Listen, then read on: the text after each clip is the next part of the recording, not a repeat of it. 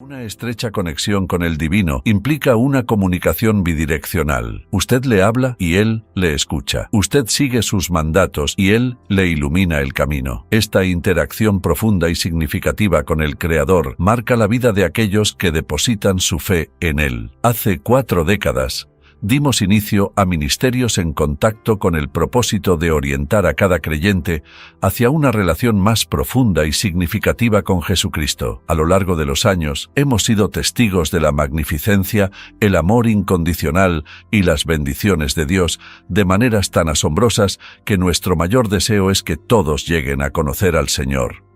Por lo tanto, te invitamos a abrir el Sagrado Libro y a buscarlo juntos. Hoy, en nuestro programa En Contacto, exploraremos los 7 hábitos que definen una vida dedicada por completo a Dios. Este mensaje se presenta bajo el título Los 7 hábitos de una vida consagrada a Dios. Debería escribir cada uno de ellos y preguntarse, ¿soy una persona consagrada a Dios? En primer lugar, veamos un par de definiciones. Comencemos con qué es un hábito. Un hábito es un patrón de comportamiento a menudo inconsciente que se adquiere por repetición frecuente. Ese es un hábito. Algo que hacemos una y otra vez. Desde luego, la segunda definición es que es una vida consagrada a Dios. ¿Qué es consagrada? Es una vida que ya no busca satisfacción propia mediante un estilo de vida pecaminoso, sino que se ha entregado a Dios y a su voluntad en su vida. En otras palabras, diríamos que esa es una vida santificada, no perfecta. No quiere decir que nunca peque, sino significa una vida rendida por completo a Dios. Así pues, deseo darle 7 hábitos que todo creyente debe hacer parte de su vida, y el primero es este. El primer hábito es una vida de oración. Uno de mis pasajes favoritos, en Marcos, capítulo 1, cuando los discípulos nunca entendieron esto del todo, pero dice la Biblia en Marcos 1:35, levantándose, muy de mañana, siendo aún muy oscuro, salió y se fue a un lugar desierto, y allí oraba. Y le buscó Simón y los que con él estaban, y hallándole le dijeron, «Todos te buscan». Eso es típico en cuanto a la forma de actuar de algunas personas. El Señor estaba haciendo lo más importante en la vida, y no lo entendían. Y asimismo, por ejemplo, en Lucas capítulo 4, versículo 42, cuando ya era de día, salió y se fue a un lugar desierto, y la gente le buscaba, y llegando a donde estaba, le detenían para que no se fuera de ellos. Pero él les dijo, es necesario que anuncie el Evangelio, etc. Ahora, una vida de oración no se refiere a orar de vez en cuando, se refiere a sentir cada día la necesidad, el deseo, el gozo y el gran poder que viene de orar, hablar con el Padre. Es decir, debe ser un hábito, algo que recurre en nuestra vida, no solo cuando estamos en aprietos, en necesidad, sino porque amamos a Dios y estamos agradecidos por quién es Él y lo que hace en nuestra vida. Por ejemplo, en Lucas capítulo 11, los discípulos vienen al Señor Jesucristo y le pidieron, «Enséñanos a orar como enseñó Juan el Bautista a sus discípulos». Así que, ¿habían visto algo distinto en la oración del Señor? No se trataba de algún ritual que se acostumbrara en aquel tiempo, pues sentían que le hablaba personalmente al Padre Celestial. Al ver esos versículos, piénselo. La verdad es que no se puede tener una vida consagrada sin tener una vida de oración. No se puede. Todos vivimos en un mundo de tentación, pruebas, penas, cargas y pecado. Y a donde vayamos, allí está. No podemos tener una vida consagrada a Dios, y no he dicho sin pecado, sino consagrada, y ya definimos lo que eso significa. No se puede tener una vida consagrada sin una vida de oración, porque ésta nos conecta a Dios Todopoderoso y nos hace sensibles a su voluntad, propósito y plan para nuestra vida. Sin orar, no habrá una vida consagrada. Si lo piensa, es la actividad más importante de nuestra vida. Necesitamos tener una vida de oración. Luego, el segundo hábito es tener fe o confianza en Dios. Me encanta el Salmo 103, versículo 19. Dice la Biblia, «Jehová estableció en los cielos su trono, y su reino domina sobre todos». Pensemos en lo que significa ese versículo. Si Dios Todopoderoso ha establecido su trono en los cielos, preste mucha atención. Su soberanía, o sea, su poder divino sobrenatural, omnisciente, domina sobre todo. ¿Qué hace eso? Nos da una gran base para creer en Él.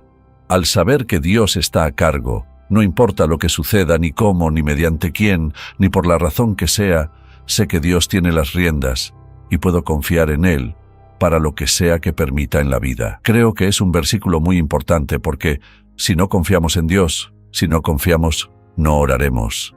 Debemos hacernos la pregunta, pues, en mi vida espiritual, fíate de Jehová de todo tu corazón y no te apoyes en tu propia prudencia.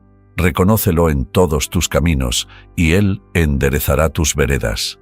Cito ese versículo muy a menudo, porque es fundamental. Cuando confiamos en Dios, ¿qué sucede? Se afianza nuestra comunión con Dios, lo que significa que tenemos una relación con Él. No tengo que presentármela.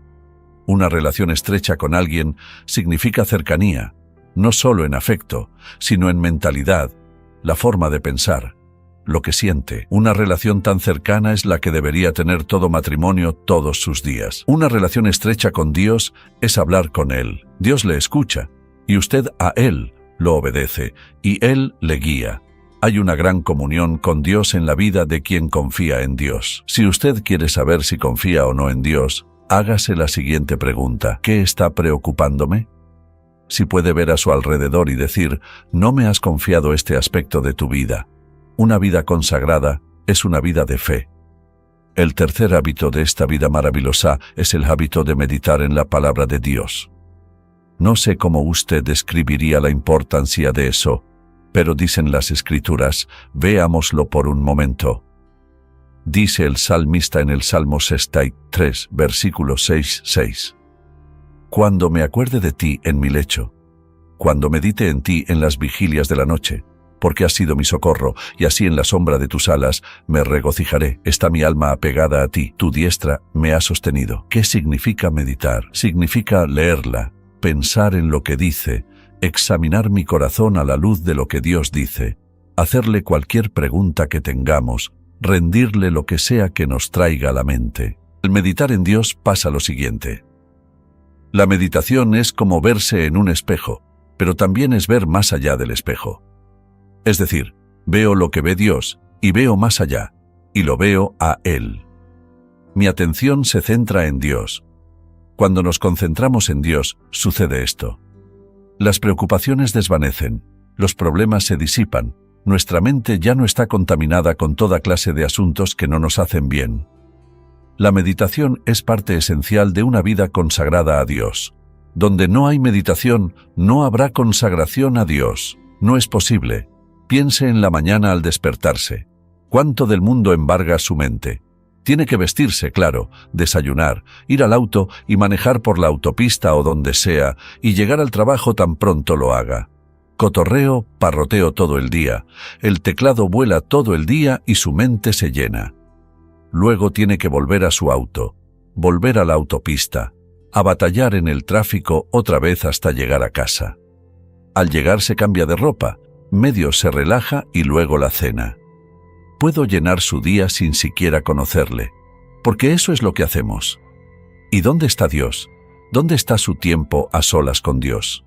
Lo que lleva a una vida consagrada es el tiempo a solas con Dios.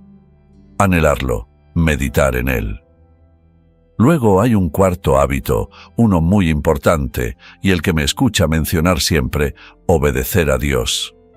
Y quisiera leer en Deuteronomio 27, en el Antiguo Testamento, porque lo dice tan claro en el capítulo 27, versículo 10. Dios habla mediante Moisés, fue lo que declaró. Oirás, pues, la voz de Jehová tu Dios, y cumplirás sus mandamientos y sus estatutos que yo te ordeno hoy. Luego, en el capítulo 28, versículo 1, acontecerá, escuche esto, que si oyeres atentamente. ¿Qué significa eso con cuidado? Atentamente la voz de Jehová tu Dios para guardar y poner por obra todos sus mandamientos, que yo te prescribo hoy. También, Jehová tú, Dios te exaltará sobre todas las naciones de la tierra. Hablaba de Israel. Pongámonos en esa situación. Cuando obedecemos a Dios, piensen esto, andamos a un nivel más alto. Piensen cómo vive el mundo. Con toda clase de pensamientos viles, ocupados y atareados sin tiempo para Dios, hemos decidido seguir a Cristo, y seguirlo significa vivir a un nivel más alto. No significa menospreciar a otros, solo quiere decir que hemos decidido regirnos por una norma más alta que la del mundo. No significa que seamos mejores que nadie, pero quiere decir que nuestro estilo de vida es mejor que el del mundo. Pregúntese, ¿en realidad tengo un hábito de orar, confiar y meditar en la palabra de Dios? ¿Acaso sería considerado un hijo obediente de Dios? ¿Cuántas veces lo ha dicho, y puedo decirlo, la forma más sabia de vivir es obedezcamos a Dios y dejemos las consecuencias en sus manos? ¿Eso lo haré solo si tengo una vida de oración? ¿Solo si confío en Dios? Solo de hacerlo. Estos son hábitos sencillos que hacen que nuestra vida sea lo que Dios quiere que sea. Mire, no hay nada que pueda impedir que obedezcamos y practiquemos estos 7 hábitos, nada, salvo que tomemos esa decisión. Mire, tenemos que decidir ciertas cosas. Tenemos que escoger entre seguir a otros o a Dios. Tener esto o a Dios, esta hacenda o la de Dios. La razón por la que menciono 7 hábitos es porque, recuerde lo que dije, un hábito es un patrón de comportamiento a menudo inconsciente que se adquiere por repetición frecuente. Algo que hagamos de forma continua, y todo lo que he mencionado podemos hacerlo. La razón por la que no lo hacemos es por pensar que no es importante. Mire, la razón por la cual no tenemos hábitos sagrados, maravillosos, impactantes, edificantes, es porque escogimos la senda del mundo. No importa quién sea, ni cuán dotado, ni cuán adinerado, ni cuán sabio se crea, ni cuánta educación tenga, no puede tener una vida consagrada, la mejor vida, sin poner en práctica estos 7 hábitos. Ahora, ¿cuál es el quinto? El quinto hábito es depender del Espíritu Santo. Recuerda lo que les dijo Jesús a sus discípulos: siéntense a esperar en Jerusalén hasta que sean investidos, o sea, hasta que el Espíritu Santo venga a sus vidas, y al hacerlo, estarán listos para hacer lo que les he encomendado. Así que le he dado varios pasajes, algunos ya los conoces, quizás otros no, pero en Efesios 5 recordará lo que dice la Biblia en este pasaje en particular. Veamos el versículo 18. Dice así: no os embriaguéis con vino, en lo cual hay disolución, antes bien sed llenos del Espíritu. Mire, si tomara una jarra con 1/4 de litro, la colocara aquí y la llenara de agua hasta la mitad, diría que solo está medio llena. Solo estaría llena cuando llegue al tope, hasta el borde. El verbo que usa aquí el original griego, ser lleno, significa algo continuo en la vida. En la mañana, al despertar en medio de nuestra oración, o al meditar aún antes de levantarnos, deberíamos decir: Señor, quiero que me llenes de tu Espíritu hoy. Eso significa, Jesucristo les dijo a sus discípulos en Lucas, que antes de que hicieran lo que les habían comandado, que esperaran en la ciudad de Jerusalén hasta que viniera sobre ellos el Espíritu Santo, por la sencilla razón de que no están preparados para hacer lo que les ha encomendado. Sin la presencia del Espíritu Santo, quien les dará poder, Él les facultará, les enseñará, les dará guía y dirección para cumplir la mano que les ha dado. Ahora la mayoría de la gente no tiene ni idea de quién es el Espíritu Santo. ¿Cómo?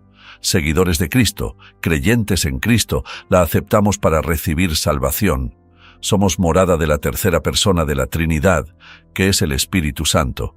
Cuando decidimos desobedecer a Dios, decidimos pecar contra el Espíritu Santo, quien mora en nosotros, a quien Dios envió a nuestras vidas para ayudarnos a llevar a cabo, a lograr lo que sea que Dios nos tenga reservado en la vida. Nunca estamos solos. Somos morada de Dios, del Espíritu Santo, quien nos faculta, nos ayuda, nos alienta, nos fortalece, nos sana. Y más, está allí porque necesitamos a Dios en nuestra vida y Él lo sabía. Desde luego, hay un sexto, que es dar a Dios y a otros. En el 6º capítulo de Lucas, es un capítulo muy conocido. Recordemos lo que dice: dad, y se os dará, medida buena. Escuché lo que dice: apretada, remesida y rebosando darán en vuestro regazo. Porque, con la misma medida con que medís, os volverán a medir. Cuando pienso en darle a Dios, mi ejemplo favorito es este, y estaba recordándolo anoche. Mi primera maestra de escuela dominical todos los domingos, y recordó las siglas de varios colores, verde, rojo, amarillo, azul, etc. La maestra de la escuela dominical no recordó su estatura, pero en aquel entonces me parecía de 3 metros cuando estaba sentado. Tenía el cabello negro, nadaba dulce y maravillosa, y llegó el momento de recoger la ofrenda. Recuerdo que mi madre siempre me daba unos cuantos centavos para darlos. Nunca me dejaba ir sin nada que dar. Así que, antes de saber contar, mi madre me enseñó a darle a Dios. En mi primer empleo repartidor de periódicos, ganaba $4 a la semana. Estaba agradecido de Dios y pensaba, no puedo darle monedas. Le di $1, que era el 25%. Nunca pensé en eso, solo pensaba en lo que recibiría Dios. Después de eso, tuve una ruta de periódicos que pagaba $16 a la semana y le daba a Dios más del diezmo. Luego, toda mi vida nunca he dado solo el diezmo, nunca. Por la sencilla razón que aprendí desde muy joven que no podemos superar a Dios en generosidad. Segundo, mucha atención. Ni siquiera podemos predecir lo que necesitaremos. Y si no podemos predecirlo, ¿cómo pues nos encargaremos de todo eso? Si ofrendamos a Dios y confiamos en que hará justo lo que prometió. Le di un sencillo ejemplo que muchos han escuchado antes porque fue algo que impactó mucho mi vida. Así que debemos preguntarnos, ¿será este uno de los hábitos en mi vida? La vida dice que Dios ama al dador alegre. Si Él ama al dador alegre, ¿qué de aquellos que son avaros quienes no dan a Dios? Le diré por qué eso no agrada a Dios, porque dice, puedo hacerlo sin Dios, puedo encargarme, puedo manejarlo, no necesito que Dios maneje mi dinero. Piensen cuán insensato es eso. Su dinero podría quemarse de la noche a la mañana. La situación podría ser que lo pierda todo en un día, pero preste mucha atención. Nunca estará en una situación en la que no tenga nada porque tiene a Dios dentro de usted, y todo lo que necesita Dios ha prometido proveerlo. Un hábito de perdonar a otros. Un pasaje muy claro está en Efesios capítulo 4. Muchos lo hemos leído antes, pero es la verdad, y lo leemos una y otra vez. Escuche lo que dice la Biblia. Airaos, pero no pequéis. No se ponga el sol sobre vuestro enojo, ni deis lugar al diablo. Un pasaje muy importante. Luego dice en el versículo 30, y no contristéis al Espíritu Santo de Dios, con el cual fuiste sellados para el día de la redención.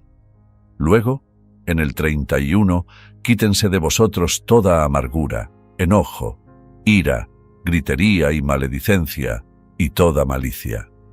Antes sed benignos unos con otros, misericordiosos perdonando a unos a otros, como Dios también os perdonó a vosotros en Cristo. No siempre es fácil, no. A veces es difícil perdonar a otras personas que nos hayan hecho ciertas cosas. Creo que una de las peores situaciones es ser traicionado. Cuando uno ha confiado en verdad en alguien, se ha esmerado en ayudarle, y luego le traicionan, hacen lo último que uno habría imaginado que harían en la vida, pero debemos perdonar. Ahora, estos son 7 hábitos.